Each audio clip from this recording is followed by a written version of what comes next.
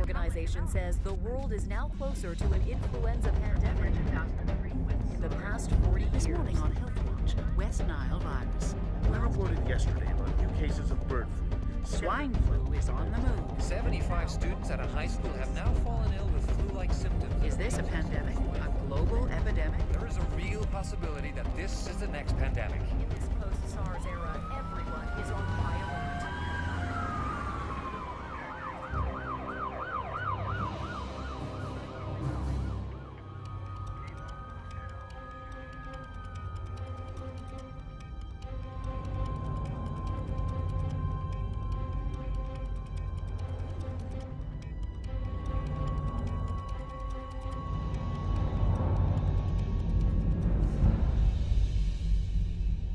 We are evaluating old threats in a new light.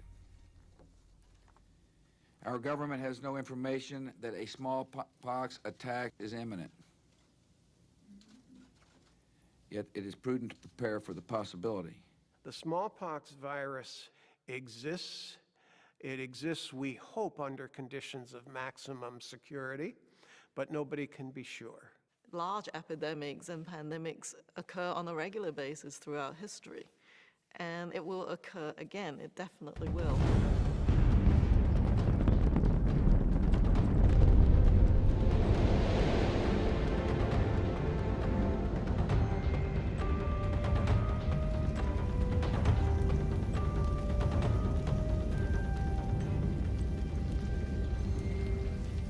This is the story of two plague years. One real, one imagined.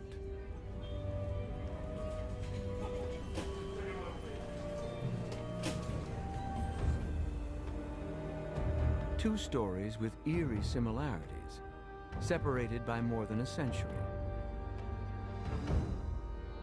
What happens to a city under siege from a deadly epidemic?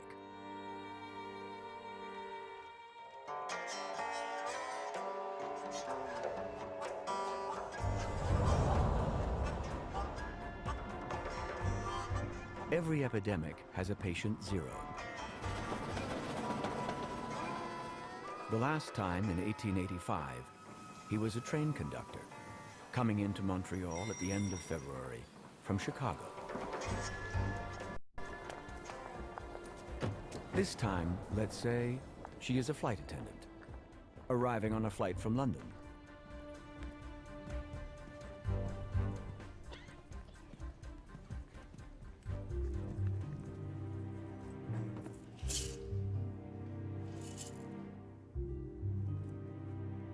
Somewhere in London, under mysterious circumstances, she was infected with the smallpox virus. Early symptoms are identical to the flu. Here in Montreal, they're getting worse. Sore joints, a cough, a fever.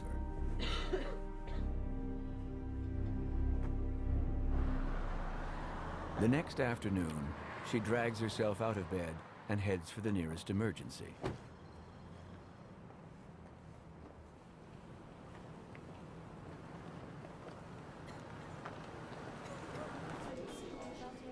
In the crowded waiting room, some patients have been waiting for 24 hours.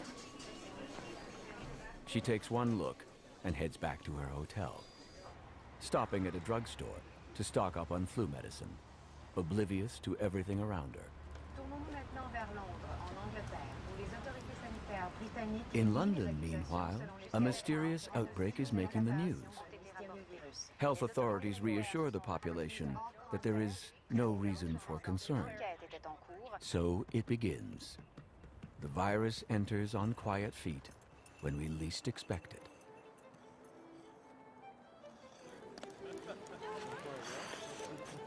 Montreal, 1885. The city of some 200,000 is a tinderbox, waiting for a match. French and English, Catholic and Protestant, locked in an uneasy dance.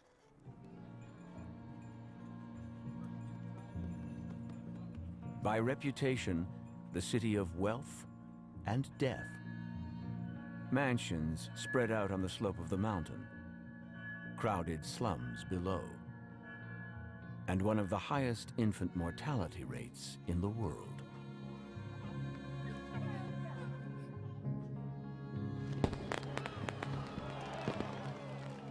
On the night of February 28th, while well-to-do Montrealers are celebrating winter with skating parties and fireworks, a young doctor named Thomas Roger is summoned by the Grand Trunk Railway to see a patient. The patient is George Longley, a conductor who has fallen ill on the train from Chicago.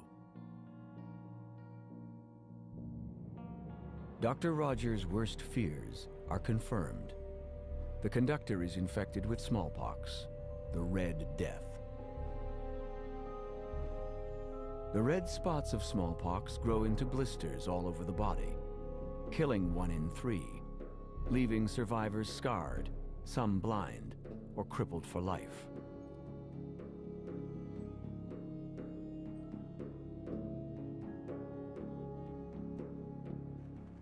Longley himself has only a mild case. In anyone he infects, the smallpox could turn fatal. Dr. Roger is vaccinated, but many in the city's poor neighborhoods, especially young children, are not. The doctor's first inclination is he's English. Take him to the English hospital, Montreal General. The people there say, if he's got smallpox, he doesn't stay here because we can't put our patients at risk. There is a smallpox hospital. Why didn't you take him to the Montreal Smallpox Hospital?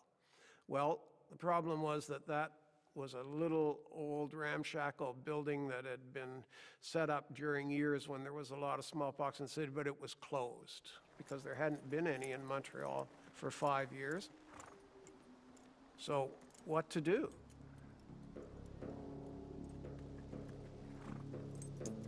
Alors, le docteur Rogers s'est en allé chez le docteur Hingston, William Hingston, qui était le chirurgien en chef à l'Hôtel-Dieu, parce que le docteur Hingston était irlandais, catholique. Les catholiques étaient admis à l'Hôtel-Dieu de Montréal et les protestants au Montréal général. Et c'était divisé sur une base de religion. Il était rendu 11h minuit le soir à sa maison. Et il discute avec le docteur Hingston, qui finalement accepte de signer un billet pour le faire admettre à l'Hôtel-Dieu. Hingston will later deny knowing it is a case of smallpox. Dr. Roger assumes Hingston's note contains the diagnosis and says nothing to the nursing sisters at Hôtel-Dieu.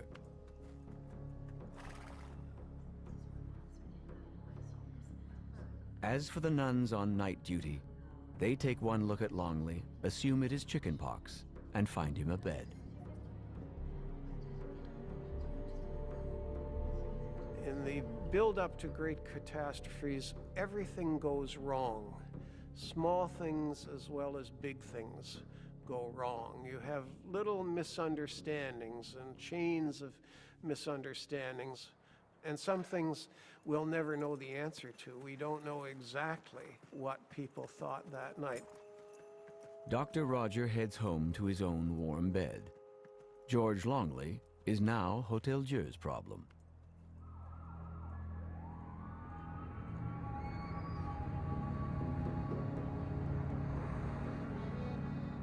The next morning, the flight attendant awakes to a nasty surprise.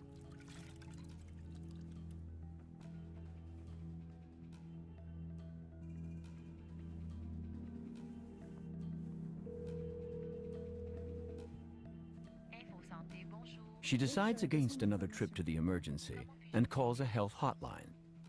Over the phone, the nurse tells her it's most likely chickenpox and she should go to a clinic. But call first to warn them she might be contagious.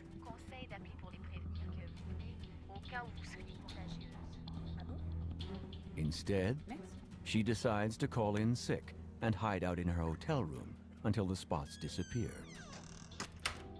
The first link in the chain of misunderstandings.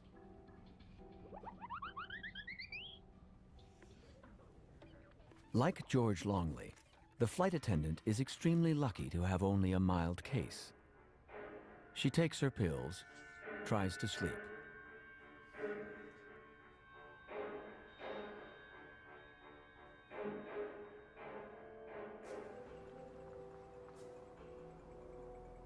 After a time, the pustules scab over and drop off. The fever breaks, and her appetite returns at last.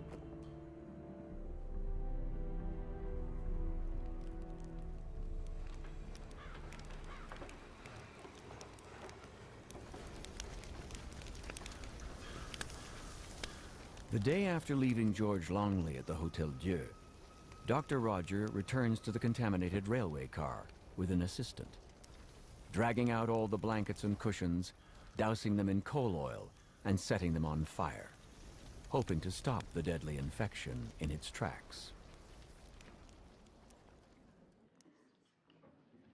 There is a story of a nun coming in to see Longley the day after he was admitted, taking a look at him and exclaiming, "Oh, sir, you have smallpox. Why aren't you in the English hospital?" And he said, "They wouldn't have me." And she said, "Well, we're very glad to have you here." The sense of a duty to care. The nuns quickly put Longley in isolation. After 3 weeks, he is released from the Hotel Dieu.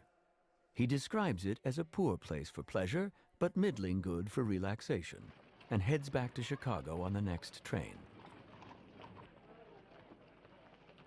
For a brief moment, it seems the spark of smallpox has been extinguished.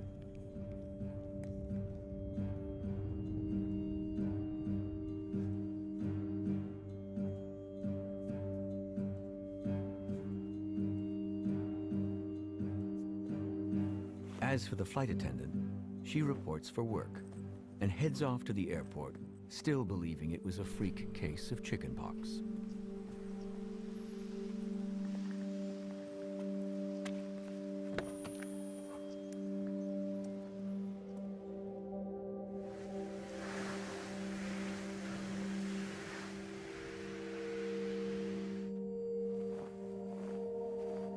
The hotel maid never meets the guest in room 610, never knows she was sick, and that everything in the room is contaminated.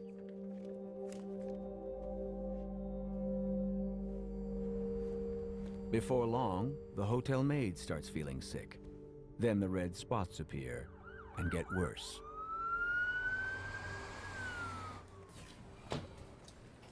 If somebody showed up in the emergency with early symptoms of smallpox, which are actually quite non-specific, they're more like a flu-like illness, the chance to be recognized are very, very small, if not inexistent. Very, very few doctors would recognize smallpox. They don't even recognize measles anymore. We've essentially eradicated measles in Canada. So these are diseases that haven't been around for a long time. Everybody, I think, would say, I think this is chickenpox, therefore we should isolate them. Getting that organized, making it happen, could take a little while sometimes. When you walk into an emergency room today, you realize that the actual waiting room has not just people waiting, but people who have already been seen and are on stretchers. There's no place to put them, and so they're actually in the waiting room with everybody else. The resident who finally comes to examine the hotel maid is puzzled by the severity of her symptoms. If a resident came up and says, look, this is not chickenpox, this is something quite unusual, we would bring in probably a dermatologist and an infectious disease specialist to take a look at the case. If I had a concern, if for some reason I looked at this rash and said, this is odd, and in particular, I'm worried even remotely about something like smallpox, then all the alarm bells would go off. The infectious disease specialist takes samples from the now isolated patient, sends them off to the ultra-secure National Microbiology Lab in Winnipeg, and waits anxiously for the results.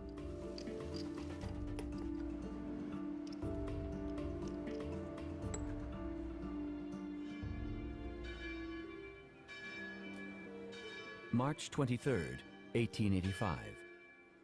The nursing sisters of Hotel Dieu have been holding their breath as well. 2 days after Longley is released, an Acadian servant girl working in the hospital comes down with a fever and breaks out in red spots. The nuns immediately place her in quarantine. On April 1st, Pélagie Robichaud dies, and her name otherwise long forgotten, goes down in medical history. The first death of the 1885 epidemic.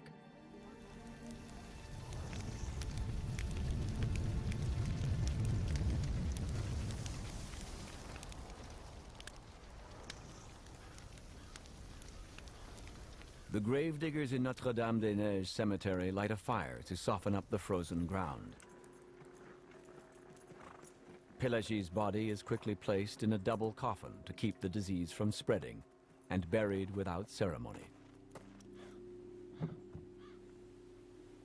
5 days after Pelagie dies, her sister Marie is diagnosed with hemorrhagic smallpox, the black pox, which spreads internally. The organs simply melt. Victims beg for death, and it comes quickly.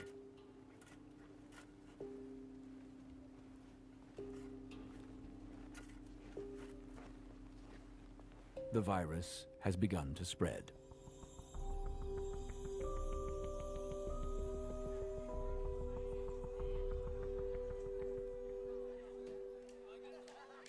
So far, no word of smallpox has leaked out.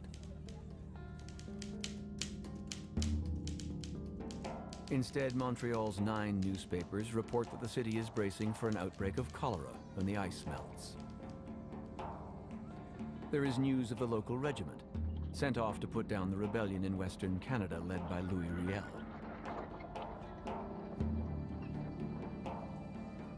No word that the city's health committee ordered the smallpox hospital reopened because the press were excluded from the debate. It took an enterprising reporter from one of the newspapers, I think it was The Witness, to check the death returns and find out that this was happening. They thought they were going to contain the smallpox. Yes, a few people have died of smallpox. Okay, well, that happens, and we can control it. Sort of like C. difficile in hospitals today. Yeah, we're losing some people, but no need to be alarmed. But the cover-up is doomed. New smallpox cases appear at Hotel Dieu day after day.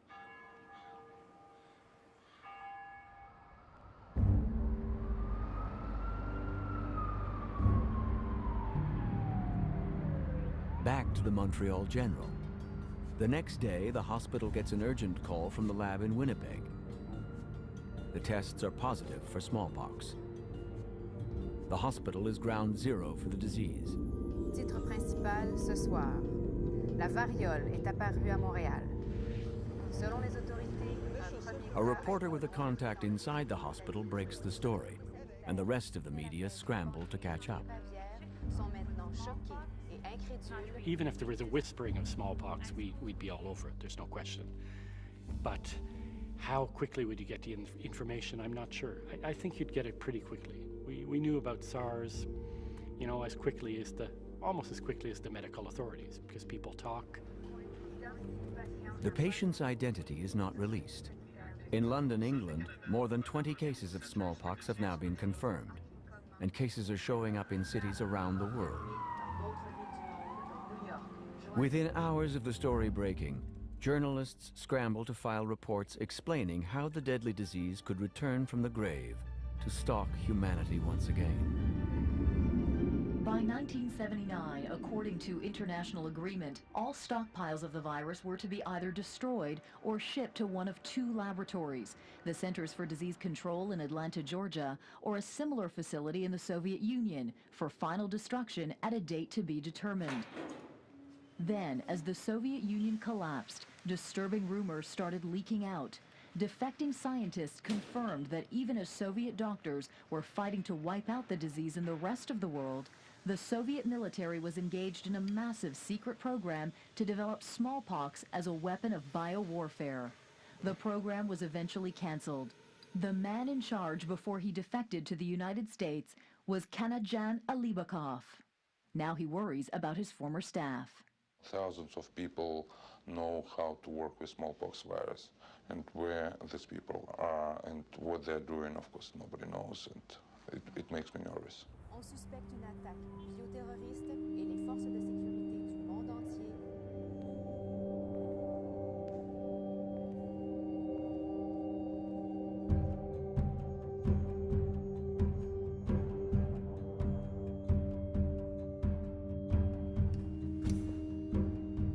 our scenario, the investigation into the outbreak leads the police here, to a laboratory in the north of London. A lab technician has vanished, leaving traces of smallpox behind. No clue where he got the virus and why. An experiment gone terribly wrong? Or a terrorist plot? No one claims responsibility. The investigation continues.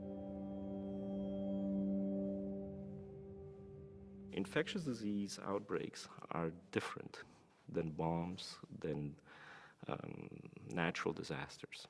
They last, and there is a sense that you can bring it home. With smallpox, just knowing that somebody had their hands on it would create a panic that was unprecedented in the world. It's one of the biggest killers in history. It's often said smallpox killed more people than war, and there's no question it did. So that very fear is enough to do a lot of damage.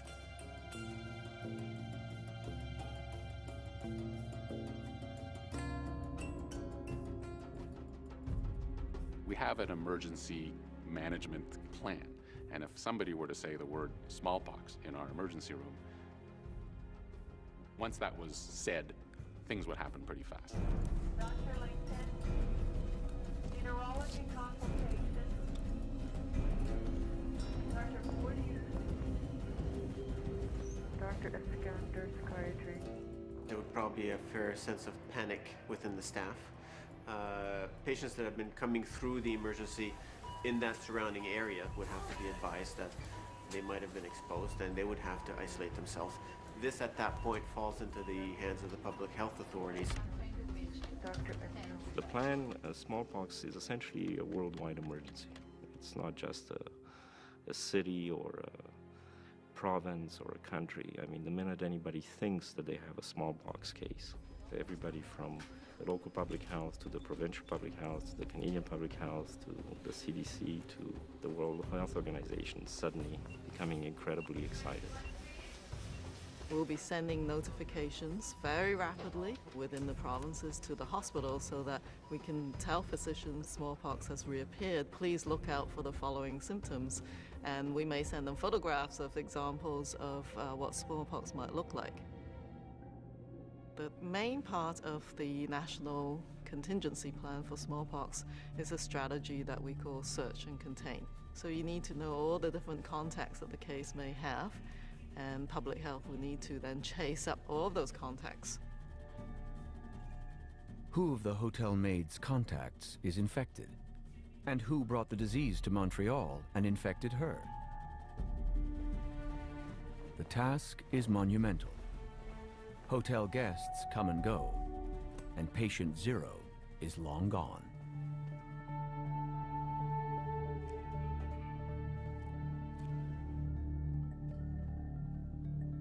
Once we found the contacts are quarantined, are provided with vaccination in order to form a ring of protection around that case.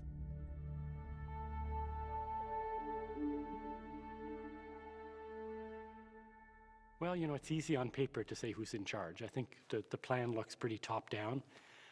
In reality, the local people are who really matter because they're going to be there. And in practice, I think, we saw this with SARS, that nobody was really in charge. We, in Canada, often become victims of our government arrangements. And that's unfortunate, and it would be tragic in a case of an infectious illness like this.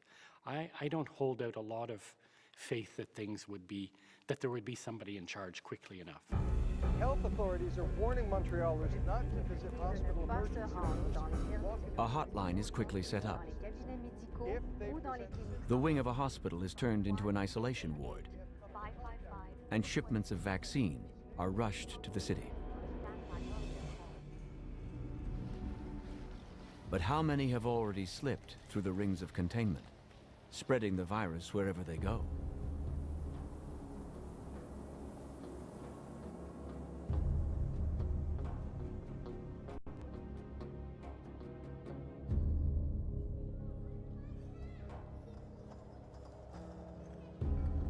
April 1885.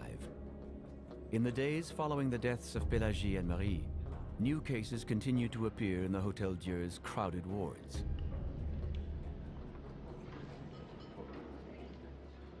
the hospital board decides all the patients will have to be sent home and the hospital disinfected from bottom to top. This turned out to be a really disastrous decision because in sending home people from Hotel Dieu who were contaminated with smallpox, you then move smallpox onto the streets of Montreal. Now it was abroad in the city.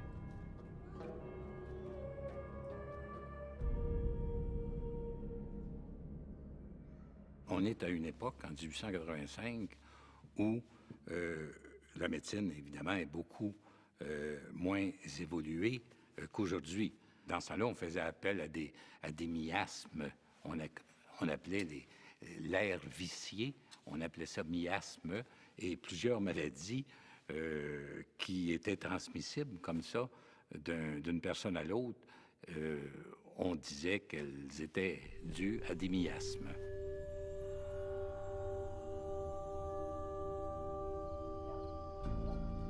April 15th. The Health Committee admits publicly that there is an epidemic of smallpox in the city. Public vaccinators immediately go to work, vaccinating anyone for free. But there are only 2 of them, for a population near 200,000. Private doctors charge $1, a laborer's entire daily wage, to vaccinate just 1 child.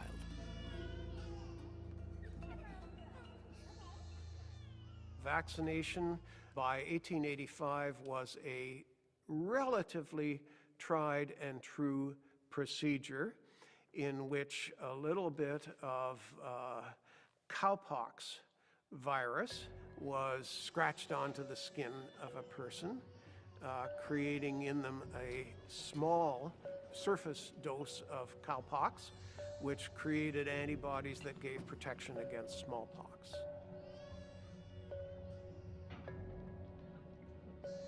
Mais il y a eu beaucoup de résistance. C'était la première fois dans l'histoire de la médecine qu'on prévenait une maladie en donnant une autre maladie. Alors ça faisait peur aux gens. Puis d'autant plus que cette autre maladie provenait d'un animal, en particulier la vache.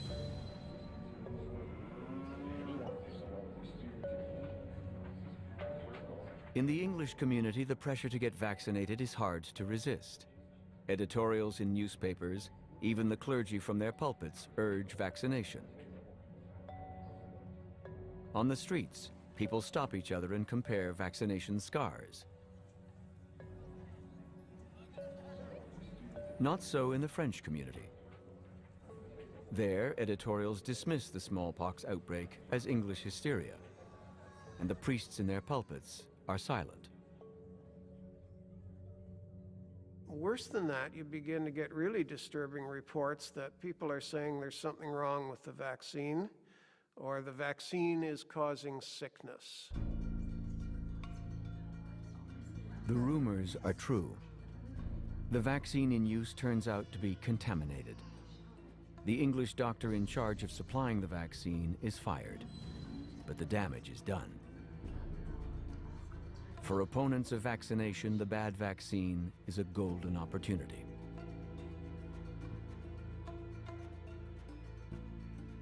Le médecin canadien-français qui s'est opposé le plus à la vaccination a été le docteur Émery Coder, qui était un professeur à la faculté. On dit, mais ça n'a pas été prouvé, on dit que 3 de ses enfants seraient morts à la suite de la vaccination. C'est plausible que ce soit la cause de son opposition au vaccin. His ally in the English community is the so-called Dr. Alexander Milton Ross. His medical training is in the radical field of hydrotherapy. Drink only water, eat no meat, stay away from tobacco and whiskey, and renounce masturbation. Though his medical training is shaky, as a propagandist, A.M. Ross has few equals. In a letter published in the Herald, Ross calls vaccination the direct means of poisoning the lifeblood of our race with foul and dangerous diseases. Diseases peculiar to cattle. I believe vaccination to be a monstrous fallacy and vulgar error unworthy of the intelligence of the 19th century.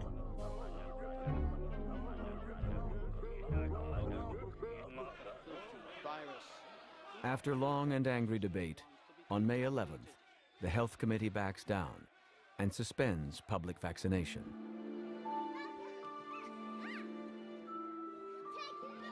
Like releasing the infected patients from Hotel Dieu, it is another terrible decision, guaranteeing the smallpox will spread.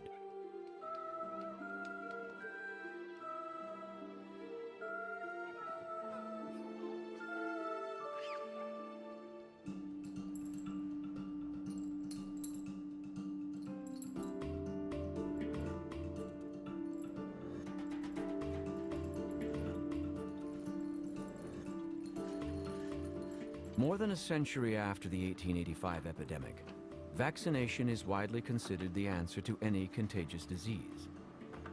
But smallpox vaccine raises a host of troubling questions. The amount of smallpox vaccine that Canada has stockpiled is just over 6 million doses, which is not enough to vaccinate the whole of the population of Canada. But because our key strategy is to surround the case and to put rings around the case itself, it may or may not take very much vaccine. If there are more cases in a community, it's possible that a community might have to be vaccinated, and that will involve more vaccine. That's obviously been a matter of some controversy because there is no currently available, widely available licensed vaccine. For the moment, although people are working and testing new vaccines, what we have is essentially stocks of old vaccine. And old, I mean more than 30 years old, that have been sitting in freezers. How good is that old vaccine? How many people could we possibly vaccinate with our current stock? Some of those basic questions we don't even know.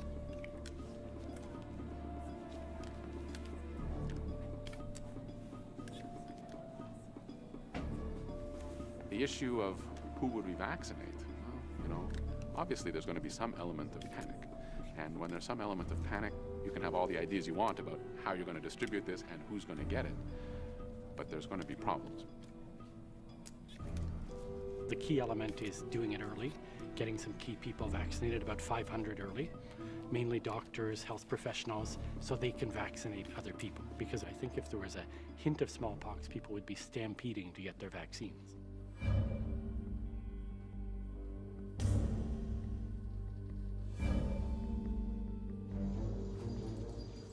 The problems are not just logistical with a vaccine as powerful as the one developed against smallpox. Smallpox vaccine has one of the highest rates of side effects of some of the vaccines that we have.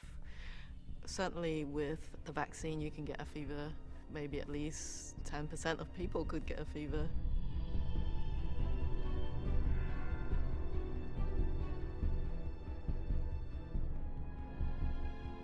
The biggest problem is what happens with people who have immune system deficits, which they may or may not know about. There are people with various diseases who haven't been diagnosed yet. I mean, as you know, a lot of people with HIV in North America don't actually even know they're infected. There's some complications, including a generalized spread of the vaccine virus throughout your body that can cause a bigger rash. It can result in inflammation of the brain or of the heart as well. And so these are pretty serious.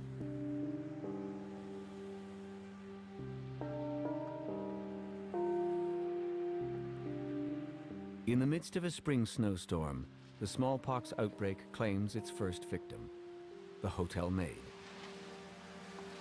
Her death is hushed up, and the funeral is held in private to avoid publicity.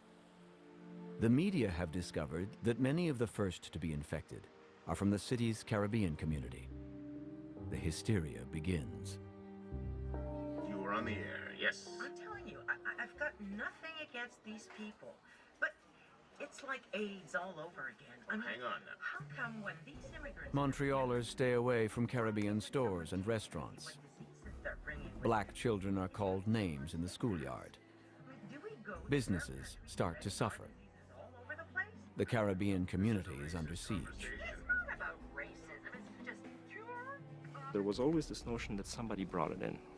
During the plague in Europe, it was the Jewish community that was hit. In HIV, it was the Haitian and the gay community, which inappropriately were stigmatized and targeted.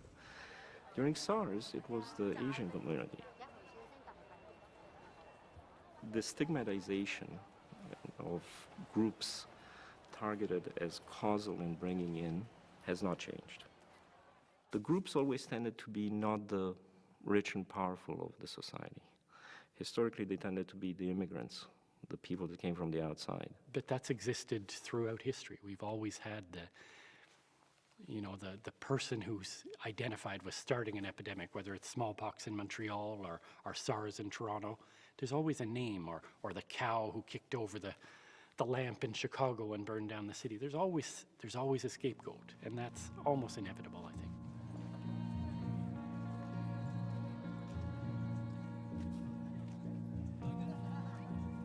Blaming the immigrants is an old story. And in 1885, the newcomers are largely French-Canadian, migrating to the city of Montreal from the countryside in search of a better life, working in the mostly English-owned factories.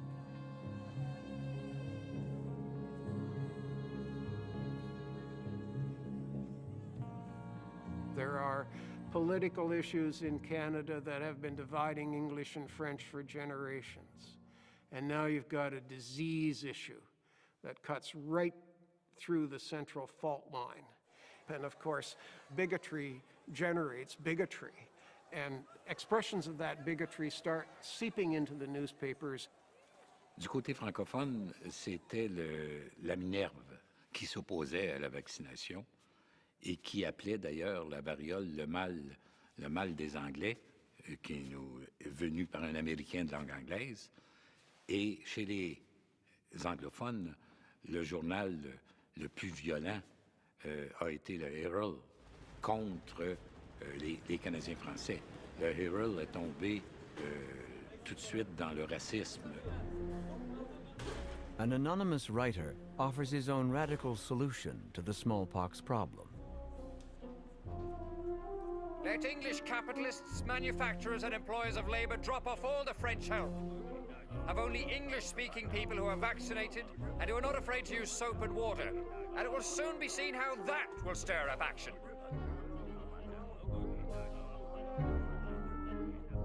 Il y a eu beaucoup de réponses à cette lettre-là, en lui disant que le journal n'aurait pas dû publier cette lettre, qui était une lettre raciste.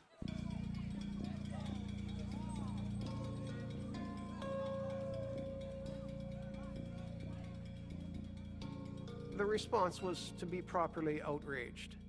That's not true, but of course, it's French Canadians who are dying of smallpox. Most of the victims, unvaccinated children, mostly in the poor quarters of the East End.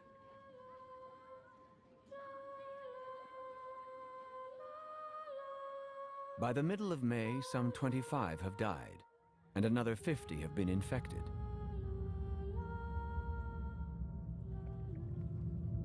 And then, something happens. As the annual floodwaters recede, the number of new cases starts to decline. On June 1st, there are only a dozen patients in the smallpox hospital, and no new cases at all.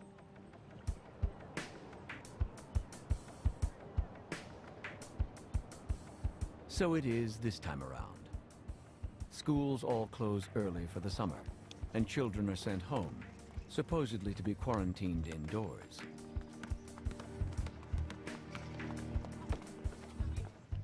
The rings of vaccination throughout the city seem to be working, and the number of new cases declines every week.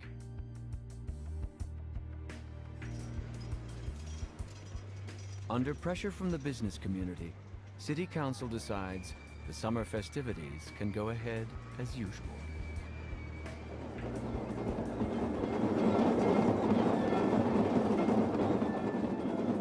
In this cold northern city, summertime is festival time.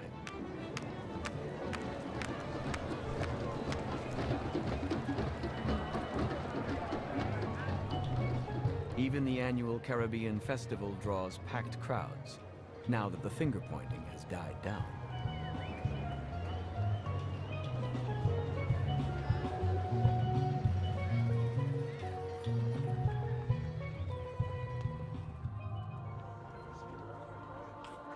In Montreal in the summer of 1885, there are always religious processions going on. Montreal soldiers have gone off to fight the rebellion in Western Canada, and now they come home, and you have a parade to welcome your soldiers.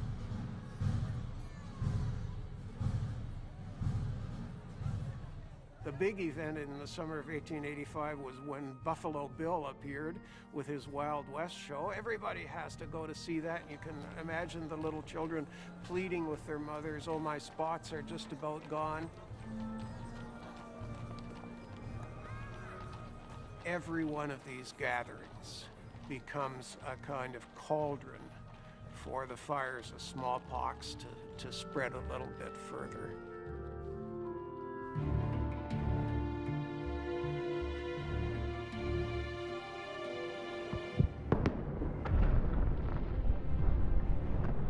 Crowd after crowd after crowd, spreading the virus.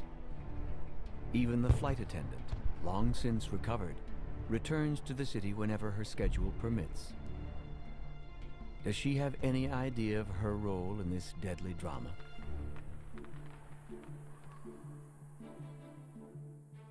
In July, clusters of new cases start to appear. Soon there are 50 a week. Once again, the media sound the alarm. Bringing the total since the outbreak to more than 1,500, including 236 deaths. More vaccine is rushed to vaccination centers around the city. The World Health Organization warns visitors to stay away from Montreal.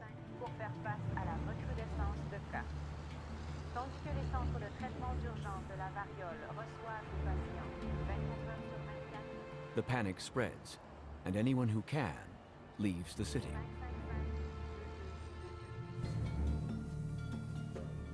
So it is in the summer of 1885. An exodus as the rich close up their mansions, leaving the servants to stand guard and head up the river to their cottages or to fashionable summer resorts.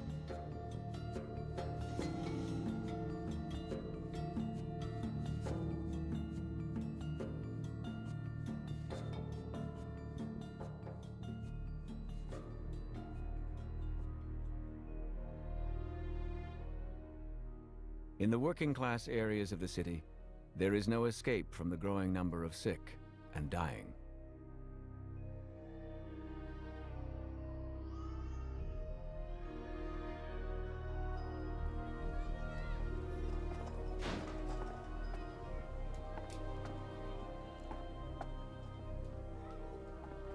You wanted to bury smallpox cases as fast as possible, get them into bags and coffins, and get them into the earth.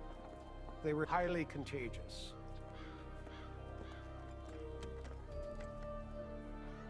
Families want to mourn their dead. Families want to have proper burials of their dead. They're not allowed to do this.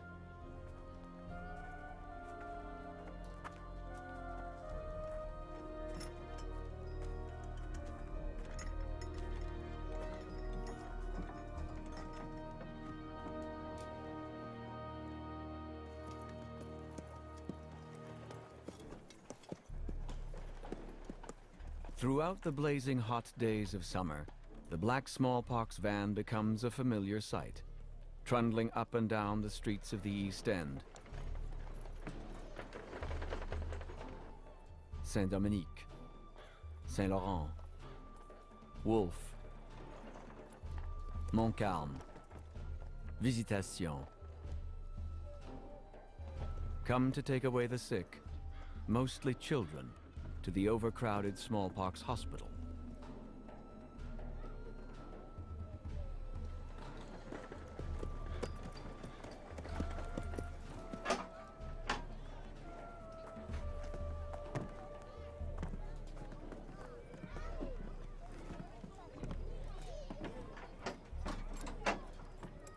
By mid-July, the number of dead is close to 200, with another 400 infected. And the epidemic is only just beginning to gather momentum.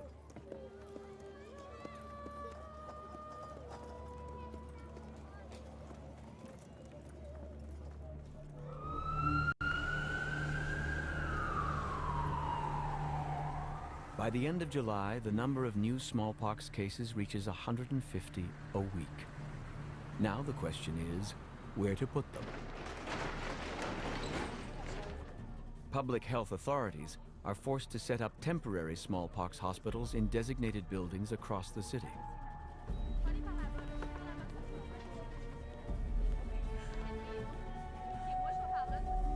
The outbreak would, at the start, spin a little bit out of control.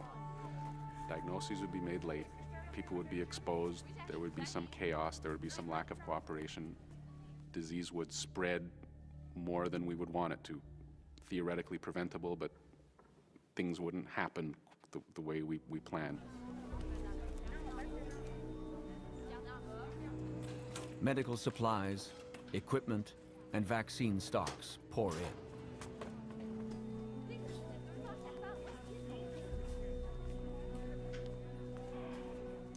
Volunteer medical workers from across the country and the U.S. arrive to help staff the temporary hospitals, doing what they can for the infected. More and more of them every day.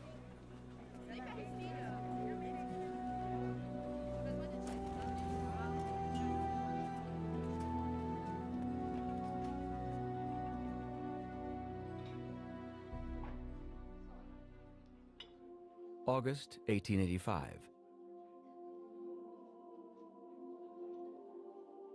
With the death toll in the hundreds, the city's health authorities ask the Grey Nuns and Sisters of Providence to begin door-to-door visits in the worst-hit areas of the city.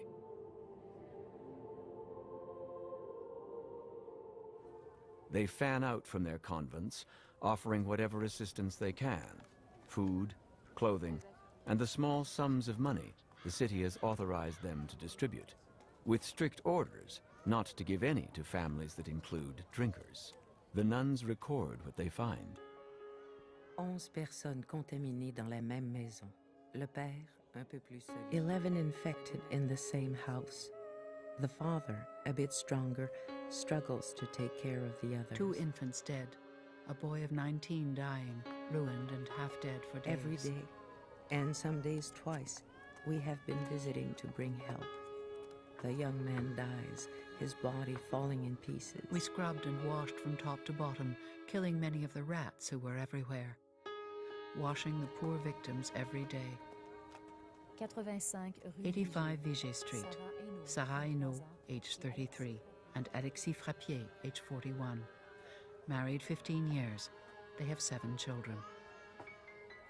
At the beginning of September, Albertine, age 10, dies, followed shortly by the oldest child, Joseph Albert, age 12.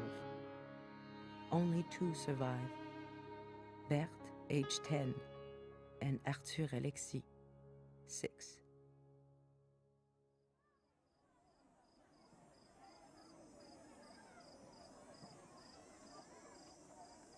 In the blazing days and stifling nights this summer, tenement rooms are like ovens. People take to their balconies for relief. Tempers snap.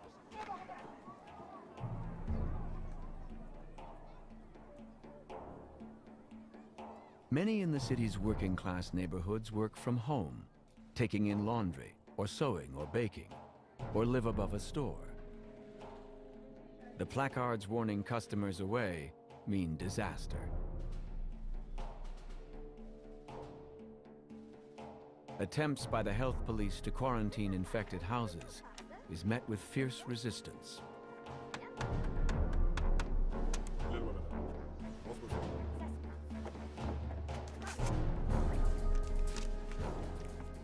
containment only works if people are willing to be contained. Now, how are you going to stop the smallpox from spreading?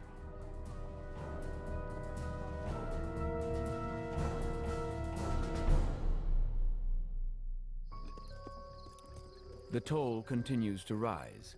Some 500 dead in the month of August alone. Rumors start to spread about the conditions inside the smallpox hospital.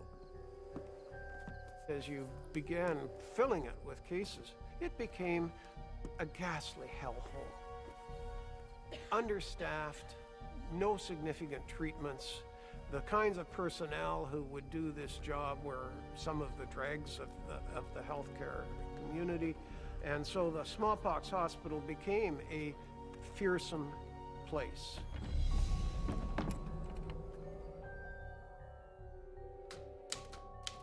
A reporter for the Montreal Herald tracks down 16 former patients and records their testimony.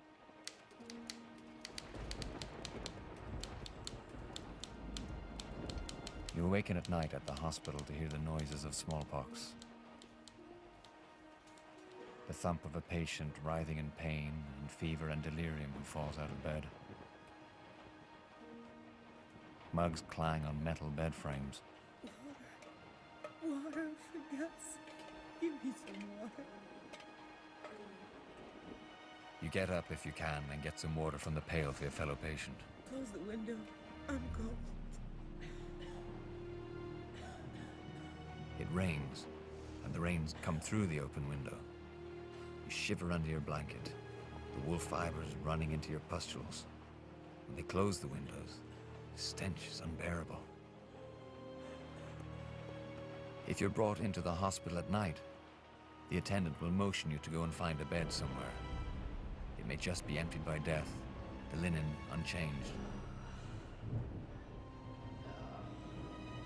There appears to be no remedy, no relief for the victims of the black pox, many of whom are children. The victims moan and cry out, die with no one at their side, not even a priest, and are carried off and jammed into coffins.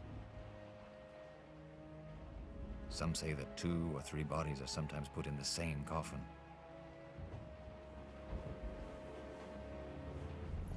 If the cries are coming from the bad, the black ward, where they keep the worst cases, you're too frightened to do anything. Maybe an attendant will come. They're often too busy for that ward. If the inmates stagger to the door or come out, the other patients run away. Cries from the heart of darkness fade to hoarse whispers. Eventually, they stop.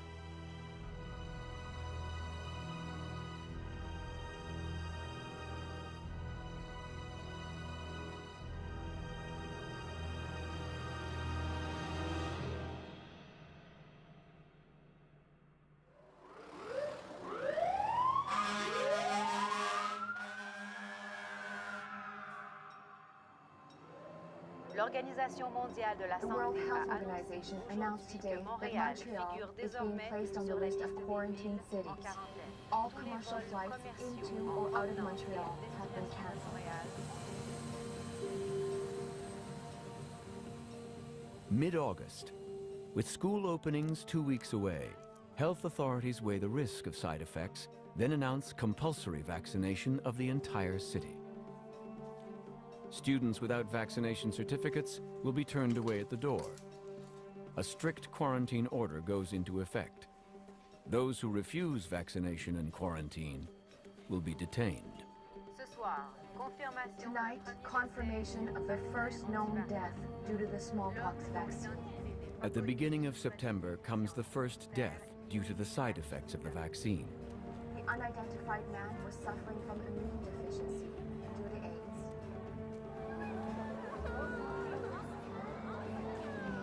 While most of the frightened population comply, some refuse to be vaccinated.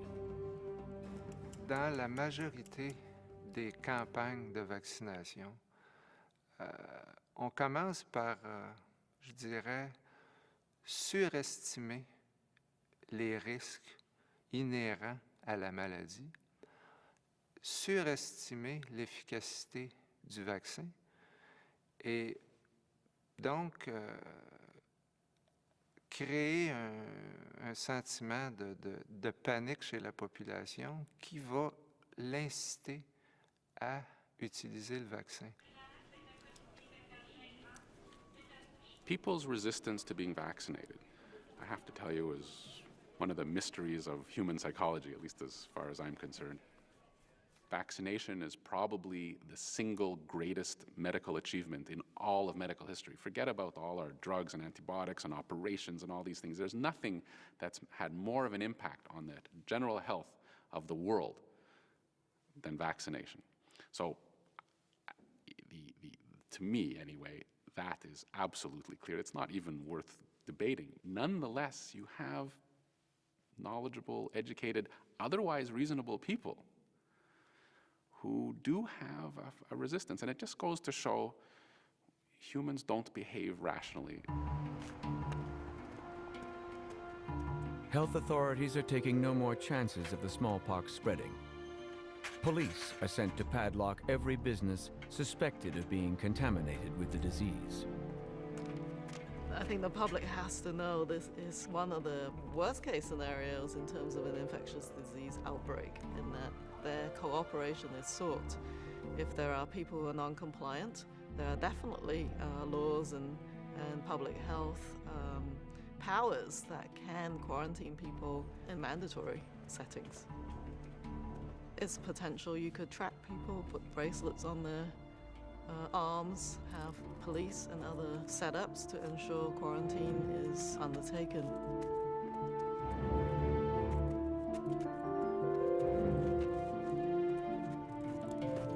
It is better to be preemptive and precautionary and take the heat of people thinking you might be overreactionary, get ahead of the curve, and then think about whether you've overreacted later. But it's such a serious situation that I think decisive early action is the key.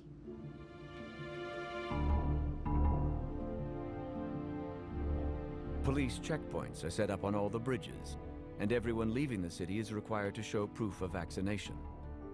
Those who refuse to cooperate are taken away to temporary detention centers.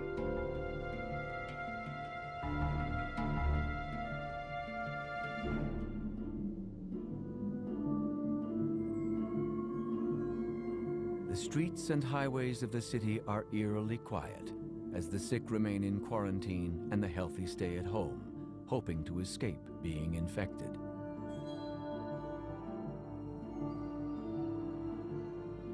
The outside world turns its back on Montreal, just as it did once before.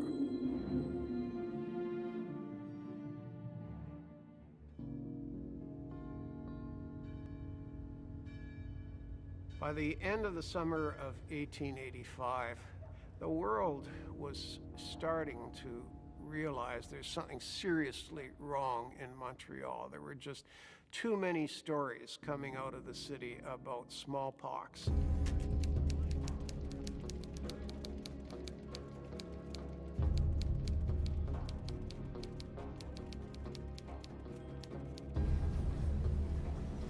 The climate of fear of smallpox began to envelop all of North America, and Montreal was the place that you feared.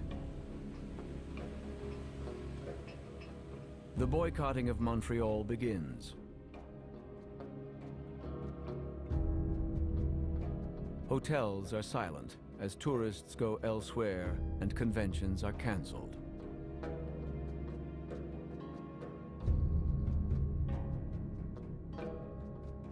Montréal, à ce moment-là, était...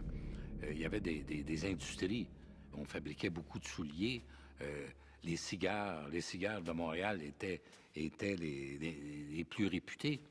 Et on voyait les affaires baisser parce que les gens avaient peur d'acheter des souliers fabriqués à Montréal et également de fumer des cigares venant de Montréal. Donc, les affaires périclitaient.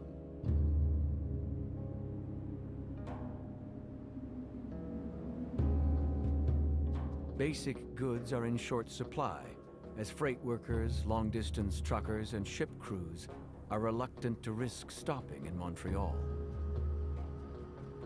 Factories close. Stores are boarded up. Workers are laid off.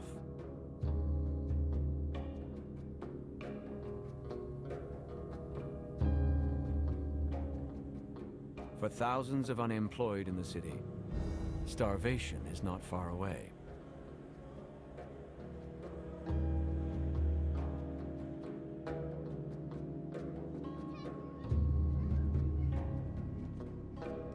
And we think it can't happen, but it has happened. And when the SARS virus struck Toronto, the sense of deja vu was absolutely stunning.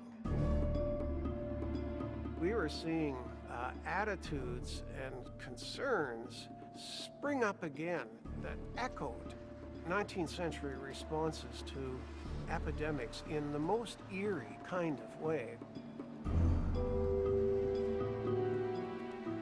We were seeing the rest of the world beginning to boycott Toronto because of SARS, just as Montreal had been boycotted in 1885.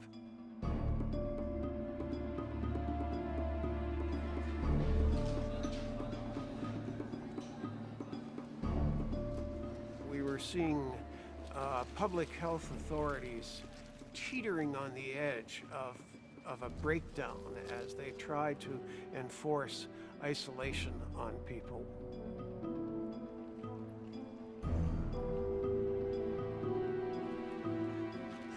We were also seeing fear of germs, fear of poison, viruses, on such a scale that you were beginning to wonder where rationality could be found.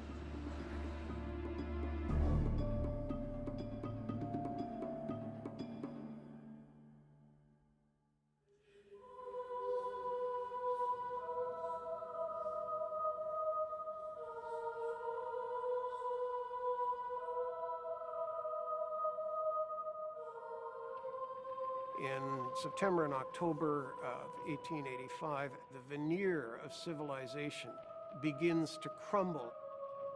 You've got now hundreds of people dying of smallpox a week in Montreal.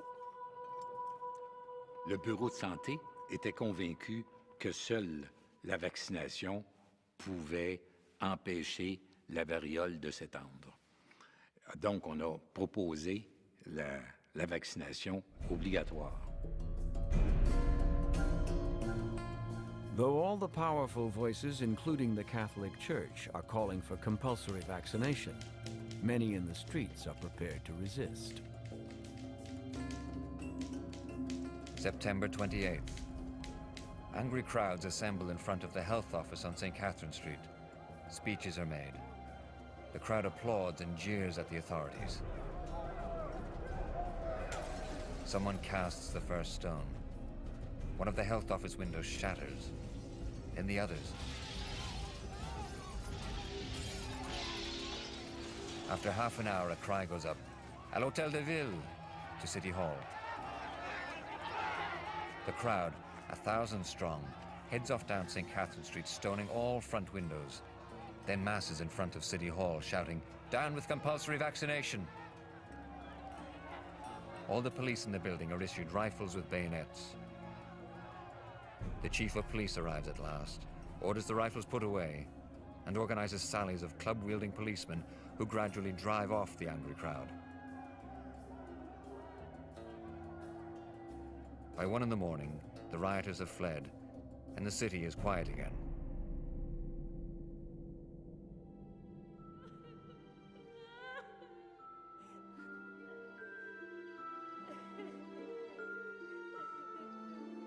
About 2 o'clock, people living near City Hall report being awakened by sobbing and wailing from outside.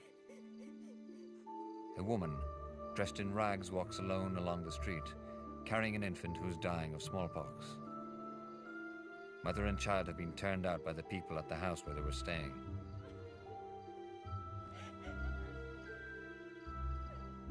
The onlookers hear the terrible story, turn out their lights, and go back to bed.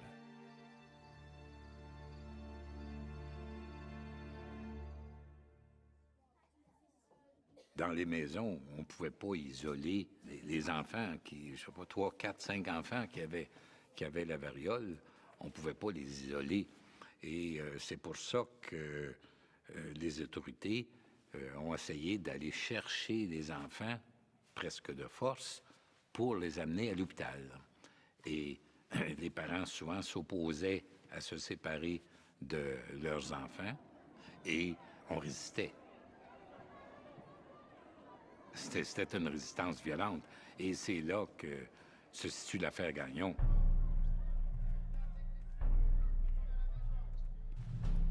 La famille Gagnon avait quelques enfants, dont un grand adolescent, et les plus jeunes étaient atteints de la variole, et on a voulu aller les chercher.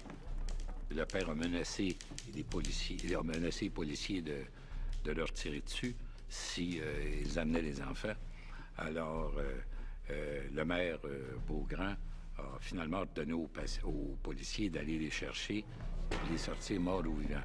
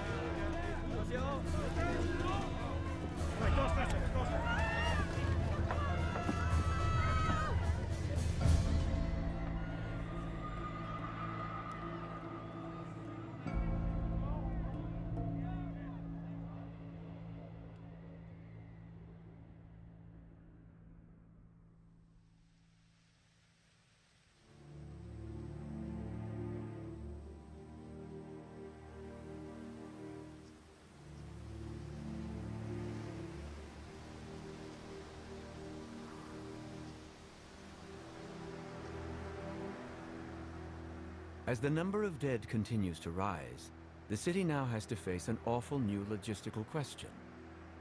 What to do with all the bodies?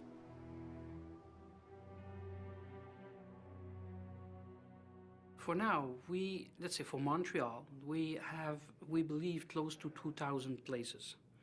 We can upgrade this for twice, but let's say, hope that we don't need to go there. But let's say that all the body has to be cremated. The problem is that we don't have enough machine cremator to do this. And even if they work 24 hours a day, it won't be suitable because those machines are not built to work as this.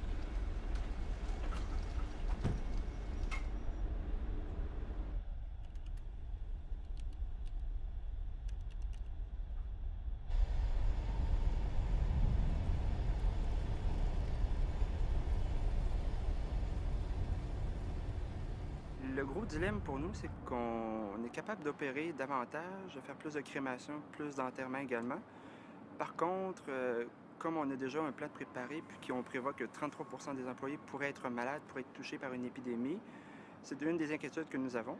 The biggest problem, I think, in a pandemic, and our pandemic plan talks about this in Canada a lot, is what happens when the essential workers don't go to work.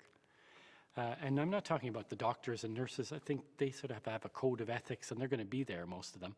But what happens when the Hydro-Quebec workers don't go to work and we don't have electricity and smallpox happens in the winter? That's the real disaster that's going to happen, and we forget about those people. What happens when the guy who delivers the milk says, hey, I'm not going in my truck. I'm not going to die to deliver milk. That's the real issue if a disease hits.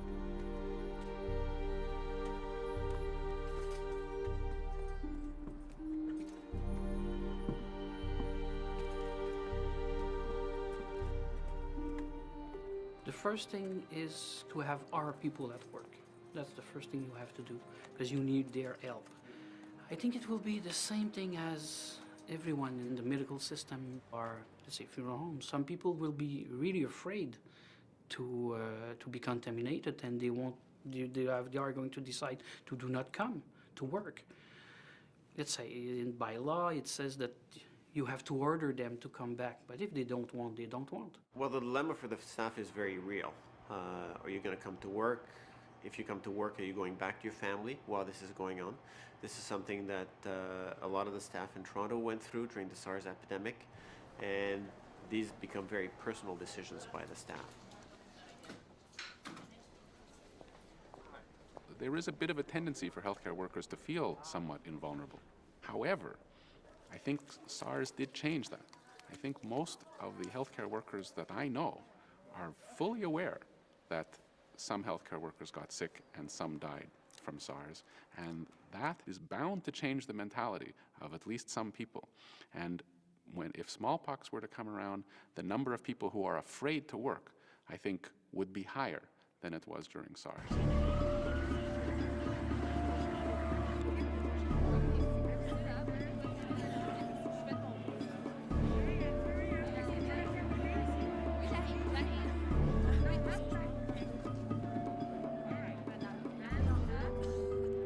In the last weeks of October, the crisis in the temporary smallpox hospitals comes to a head.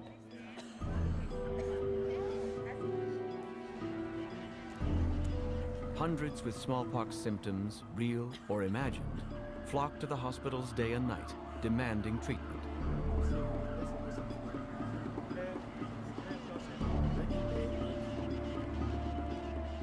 There are not enough beds, not enough medicine, or blankets, or supplies.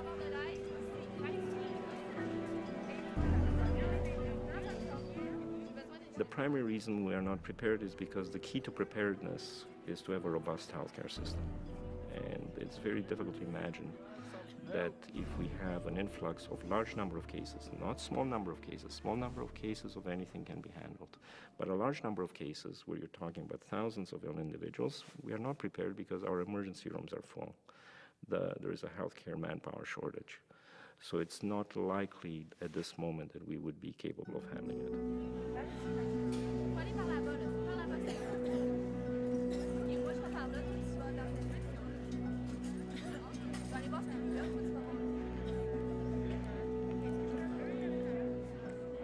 The medical staff are exhausted. The patients are frightened.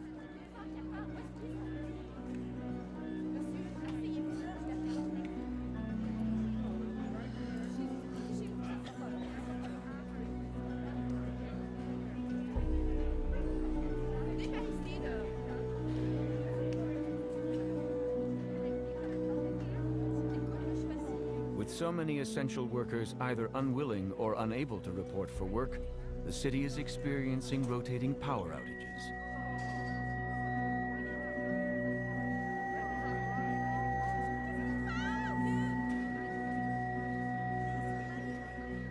The media are flooded with complaints.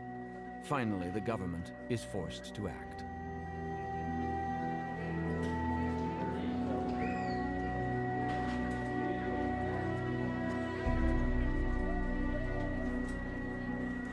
À la une ce soir, à la demande du Premier ministre du Québec, l'armée canadienne a été mandatée pour aider avec la crise de variole à Montréal. The army is called out. The first time troops have been seen on the streets of the city since the ice storm of 1998. Soldiers are stationed at the smallpox treatment centers to help cope with the flood of desperate patients.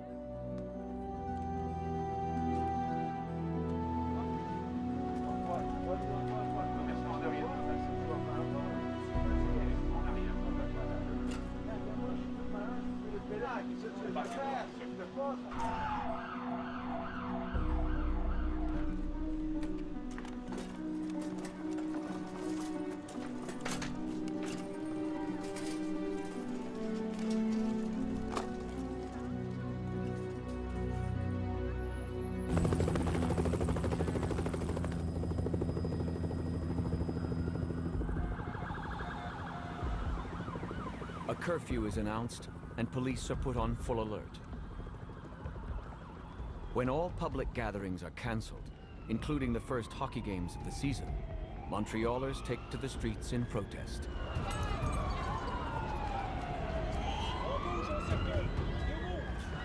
Fear stalks the city, and everyone is looking for a scapegoat for the epidemic.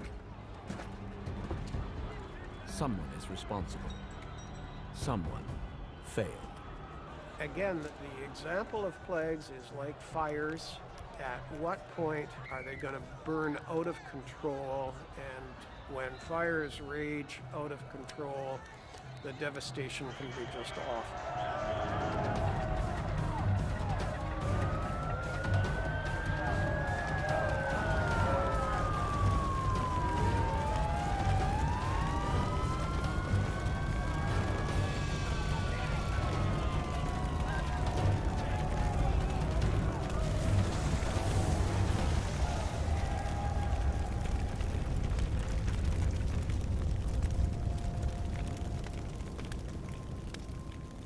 In the last days of 1885 in Montreal, most of the tumult and the shouting had died down, the rioting had stopped, and there was just a kind of grim street by street, house by house wrestling with the smallpox, stamping out burning ruins of fires, one house at a time.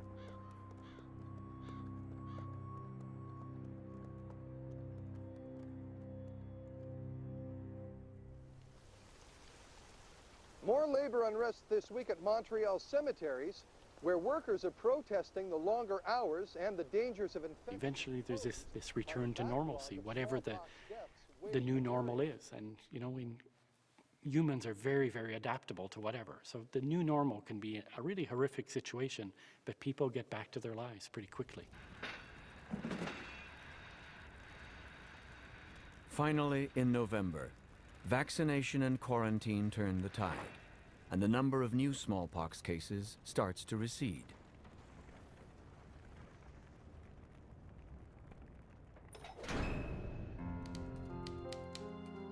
Monday, November 16th. Louis Riel, convicted of treason, is sent to the gallows. Street demonstrations and protests erupt in Montreal. Riel, the speechmakers say, is one of our own. His death is our death. Thousands upon thousands of words for Riel. On the day of his execution, there are 20 reported deaths from smallpox. All but one, children. The youngest, 1 year and 1 month. The oldest, 9 years and 6 months. Riel gets all the attention. The children, none. Diane Cadot, 1 year, 6 months. H. Charbonneau, 3 years. Marie Tessier, 1 year, 11 months. Oscar Sigouin, 1 year, 3 months. E. Menard, 3 years, 6 months. Amanda Leroux, 3 years, 3 months. Arthur Fréjot, 4 years. Marie Riel. And as the month of the dead comes to an end, the bells toll on for those taken by the plague.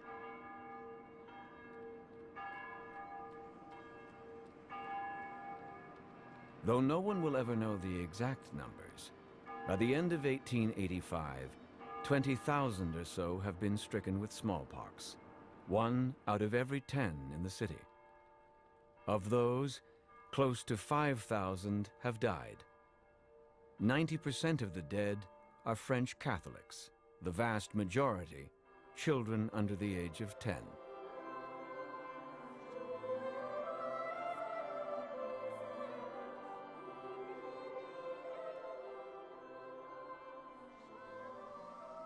The day before Christmas, the last victim is buried.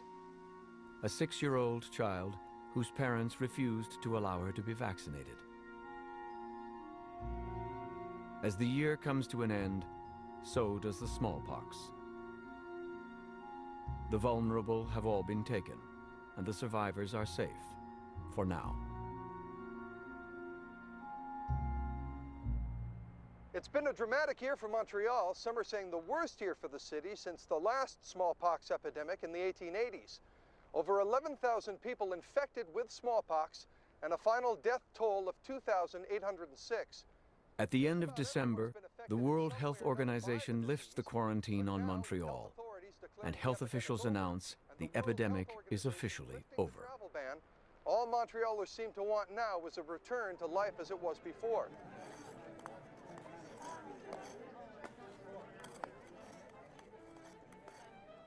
I think public health, through immunization and other means, has reduced infectious disease to a level where it's become invisible until these more severe outbreaks occur. I think that infectious disease of various descriptions is very likely to keep coming and coming.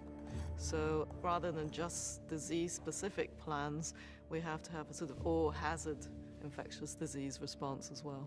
I think we made pretty well all the mistakes we can make with an infectious disease with SARS, and hopefully we won't make them next time when it is really something serious. I guess I have to be reminded from time to time how thin the veneer of civilization can be. The lessons of 1885 and the great age of infectious disease we thought we had all learned by, say, the 1960s, and then we sort of forgot them, and they had to be relearned all over again with AIDS.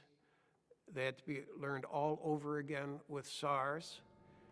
If the smallpox virus ever is let loose on a civilian population, we will see an awful lot of what we saw in the 19th century repeat itself, and we'd better be ready for it. Some of the details of our scenario may be speculation. How many dead? How many infected? How people would react? The mistakes that would be made. What is certain, however, is that an epidemic or pandemic is coming. Will we be ready when it does?